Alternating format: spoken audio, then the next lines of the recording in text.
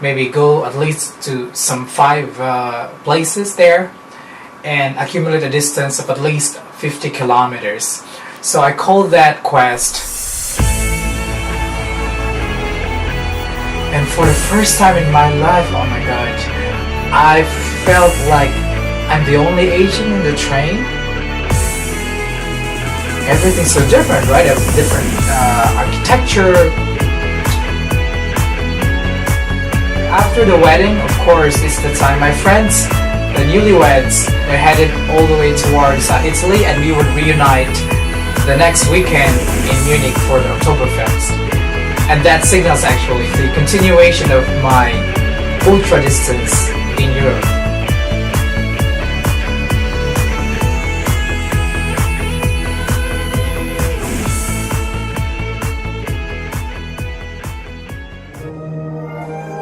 So from Salzburg, I took the train all the way to Vienna. Yeah, I kind of enjoyed the train there. The train had Wi-Fi. As soon as I arrived in Vienna Westbahnhof, the first sight that I saw was a large group of Syrian, the refugees that was in the news. Yeah, and then I started looking around. I was so hungry. So I went to my hotel just outside the station, and I left there, my luggage there, and I went out again to have my recce in Vienna. I was walking around this dark alley just to see and feel what Vienna is like. That was Sunday evening, and it was so peaceful, right? I was just trying to be careful. So yeah, it was beautiful. It was damn cold. That day, my plan was to actually run from my hotel, which I did, all the way to this massive palace gardens. I was so impressed. It was beautiful there. It was cold. It was beautiful what I did in Vienna. And then I was just running around there, bouncing, so happy, like a little boy. Really, like a little boy. As soon as I reached the Schönbrunn, it was beautiful there. I saw this group of Spanish people, asked them like to take a picture of me. Of course I did. So from the palace, I had a stupid thought. I was just like, maybe you should run all the way to Danube River. You know, that river that's always mentioned in a song. Yeah, I ran all the way to towards the city, towards the inner city of Vienna. And as soon as I started entering the main city, then I was so impressed because, you know, all this architecture again is very European. It's impressive. Vienna is a beautiful city. The inner area of Vienna, I started seeing these amazing statues. I was just stunned. I was just like, you know, and I was wearing my riding attire, all black. I was just there, switched to becoming a normal tourist again. From there, when I reached the city, it started raining. It was so damn cold, and then I realized that I actually didn't bring enough money. So the only option for me is to run back all the way back to my hotel. And I was just worried because my phone is already dying. So I started running back, trusting in my, I don't know, internal compass. And eventually I managed to find my way all the way back to my hotel. Yeah, later that evening in Vienna, I was just messaging my friend whom I met in Singapore. Her name is Annika. And she told me to meet her at a place called Karlsplatz. That's basically in the middle of Vienna, just like near the Opera House, which I've already known because I ran past there in the morning. So I went there, and then eventually I got to meet her. We were just hugging each other because I couldn't believe that I would ever meet her again. Because nobody thought that I would. I mean, nobody expected that I would be able to go to Europe, right? Well, she knew that I love to go to Australia, so she booked a table in an Australian pub. So there you go. I'm going in an Australian pub in Austria. It seems just like Matrix is just like, no, don't go to Australia. Come over here in Austria instead. It's just like missing a couple of letters, right? So we went down there and I get to meet her cool friends and colleagues. Some of them added me on Facebook, and they're really cool people. My plan was to go to the capital city of Slovakia called Bratislava. So from Vienna, I took a bus from Vienna to Bratislava. It took like around 2 hours to reach Bratislava, and I only had a couple of hours there because I had to go back to my hotel and then leave Vienna that day. So when I reached Bratislava, it was around 11 a.m. Luckily, the bus stop there is already located in the old section, the old town. So it was just like a stone throw away. So I just started walking outside and just had to carry out the mission, right? In Vienna, I ran, it was around over 20 kilometers. I just had to carry out the mission to run in Bratislava, which is the third place to run for me, to try to meet the requirements, my objectives of the Ultradistance in Europe. So when I was in Bratislava, I started walking around first, doing sightseeing, and I kind of enjoyed it because it felt more genuine there. It seems that the people there, the tourists that I saw there, are mostly local tourists, or maybe tourists from neighboring countries. Not many like people from other parts of the world. So it felt great for me. It felt so genuine, and I think they're having this festival. I walked through this very crowded street with a lot of different stuff that I saw, even though I don't understand nothing.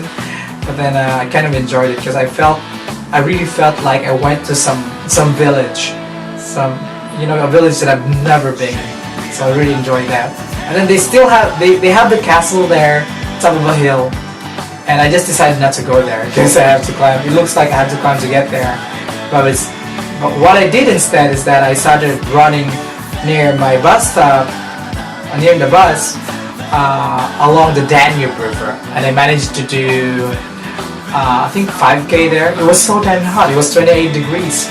It didn't feel like Europe at all, but I was just so happy to see the Danube River right before my eyes. And there were boats there, and people are so supportive. I was running there, and they were all smiling at me. There was no miss. Every time I smiled to someone, I get the smile back. When I finished running, I just returned back to Vienna with the same bus, and then I reached my hotel, quickly packed and checked out. So I left the hotel and I headed to the main train station in Vienna called Vienna Hauptbahnhof. So from there, I have booked myself for a night train from Vienna all the way to Zurich. So I left Vienna, I took a night train all the way to Zurich. I slept from Vienna all the way, half through, and then as soon as I woke up, the first thing that greeted me, a beautiful mountain. The stretch from Vienna all the way to Zurich is probably one of the amazing, most beautiful parts of my trip. The Alps that I've been dreaming to see is finally right before my eyes. The only problem is I didn't see any snow-covered Alps there, maybe because I was there in the wrong season, but everything that I saw is mind-blowing. Mind-blowing! Especially when I saw that lake, and there's like a wall of mountain with some greeneries in the middle of the mountain, Rocky Mountain. It just blew my mind away. It just didn't have any, I was just speechless. It's beautiful. And it was already part of Switzerland. Switzerland is beautiful. As soon as I arrived in Zurich, of course, my plan was to put my luggage somewhere in some storage place, just in the train station. And I started realizing as soon as I exchanged my euros to Swiss francs. Oh my god, the value suddenly dropped. The value of my money that I have. Then I started realizing that I am in an expensive place. Switzerland is expensive. Of course, I was just like, I can't stay here for long. But of course, I still had to maximize my time there because I only had a couple of hours in Zurich. I went out to the train station, just had a little walk, and I enjoyed it. It was pretty busy there. I took another train from Zurich all the way to Geneva because I'm gonna meet another friend whom I also met in Singapore. But she's so beautiful.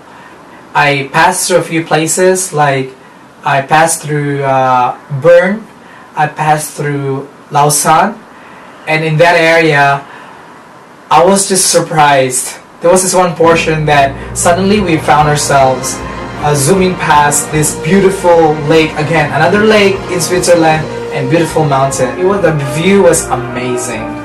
I was just stunned. The only problem is that I was seated on the wrong side of the train, so I just had to like stretch my neck to try to see the view from the other side. And finally, I reached Geneva. As soon as I met my friend there, we also just left my luggage in the luggage locker there in the train station, and then we just like headed straight to the main highlights of Geneva. So we started walking around. We went to this place called Mount Salve or something. Yeah, basically there's like a cable car that takes up to on the top of a smaller mountain. She thought that it would be a great idea for me to go there and see Geneva from the top. Geneva is beautiful. The lake is beautiful. And there was this big fountain in the middle of the lake. We had a good time just hanging out by the lake, and we had wine, spent our time catching up with my friend that day.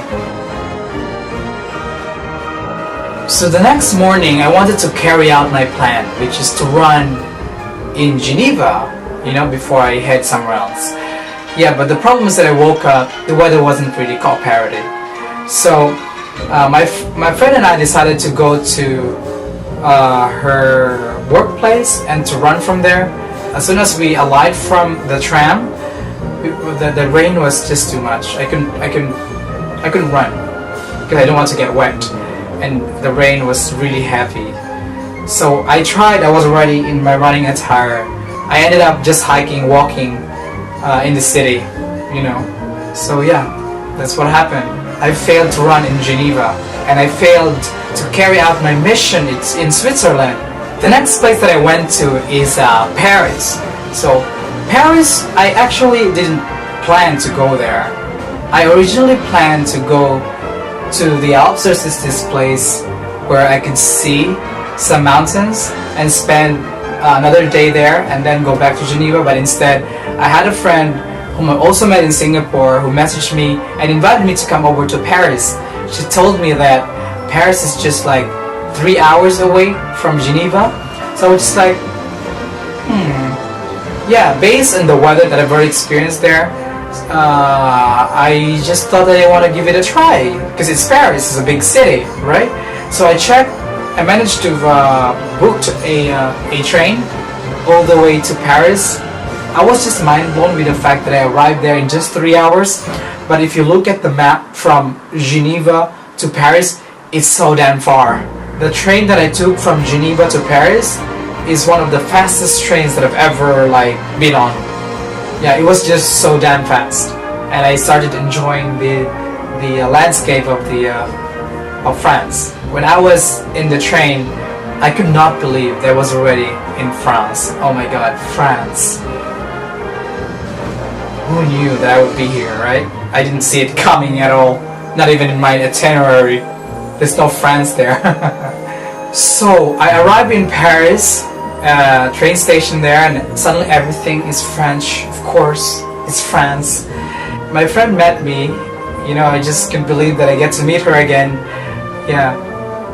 So basically, she just left Singapore because she just got married, and she went back to Paris with his husband, who is also my friend. His name is Raja. Yeah. So to maximize our time, she had it all planned up. Yeah. She arranged with a friend to leave my luggage there, just near the train station. So we took my luggage all the way to her friend's house named Antoine. We just took the clothes that I needed just for overnight stay because I'm gonna crash at her house. Yeah, she offered me to stay over at her house. Yeah, but then all the way straight, just right after we left our luggage, I was still there carrying my broken luggage, right? Still very proud. Yeah.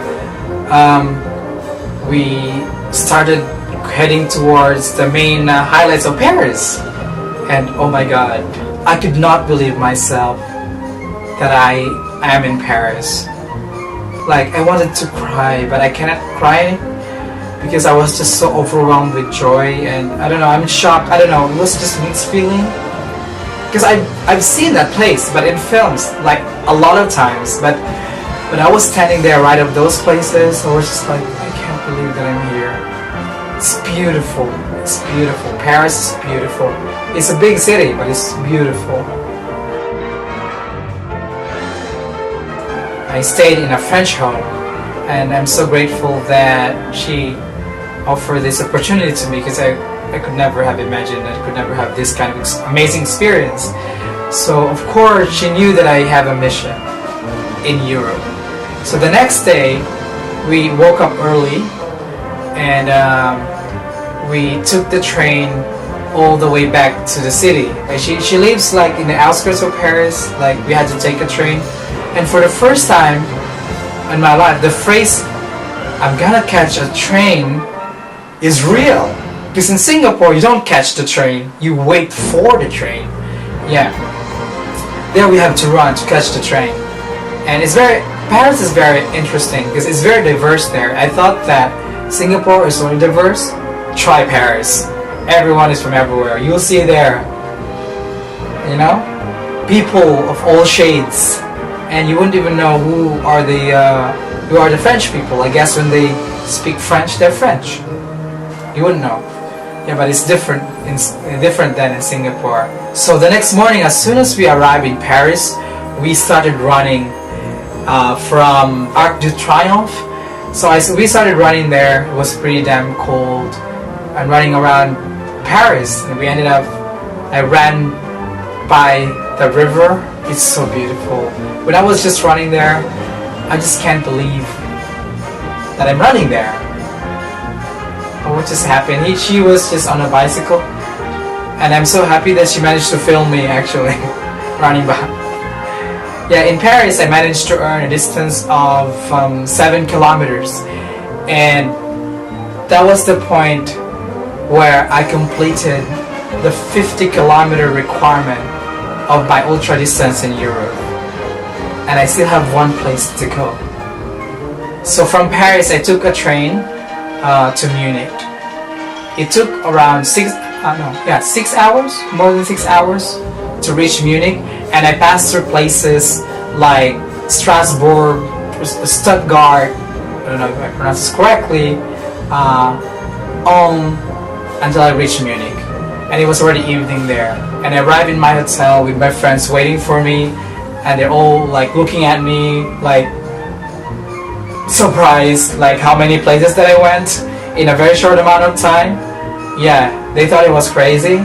Yeah, it was very crazy, even to me, you know. Like as soon as I arrived in Munich, again I still have to like find my hotel, carry my luggage, ignore all people looking at me, just focus and like finding your hotel, right? I don't want to be worried too much with luggage that I have in my hand, or carrying my luggage, right? The next morning I met my friends at the hotel lobby, and we had our breakfast there. And I remember seeing a lot of people wearing the Oktoberfest attire, and you know, every one of us wore the Oktoberfest attire except for myself. I just made them up, so I looked pretty silly and different there, but I didn't care because I don't know what it is. I don't know much about it, so I was just there to enjoy the event. Then later we proceeded to the Oktoberfest grounds. I met a lot of friends of my friends, and a lot of great people, and a lot of people just enjoying themselves. It seems to me that the event is pretty much just like, you know, like a whole country or a whole city sitting down all together partying. That's what Oktoberfest is all about. Of course, because like I'm in Germany, right? They were mostly singing German songs that I could not participate in. I was very impressed to see a lot of fine people over there. I met a lot of new friends that I suspect I will meet again the next time I will visit Germany. I remember how happy I was when I was at the Oktoberfest grounds to see a lot of people so happy and so fancy, and that lasted throughout the day.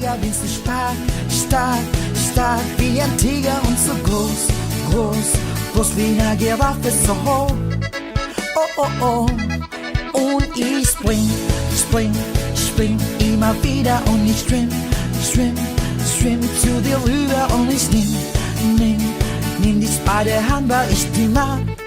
Und ich sag, heute ist so ein schöner Tag, la la la la la. Heute ist so ein schöner Tag. The next morning, of course, it's my last day in Germany and in Europe, so I took advantage and did a run to the English Gardens in Munich. And I just try to squeeze as many things as I can in the last few hours that I was there. And I wasn't disappointed. While I was running, I saw a lot of beautiful stuff. Mainly there was this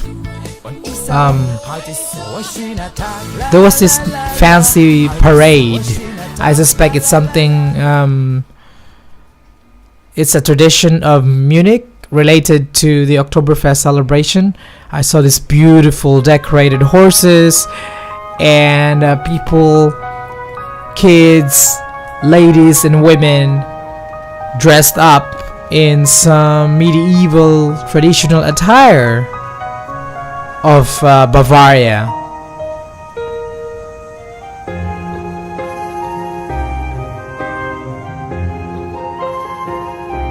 So later that afternoon, I took the train from the city center of Munich to the airport and took my flights from Munich to Dubai and then Singapore.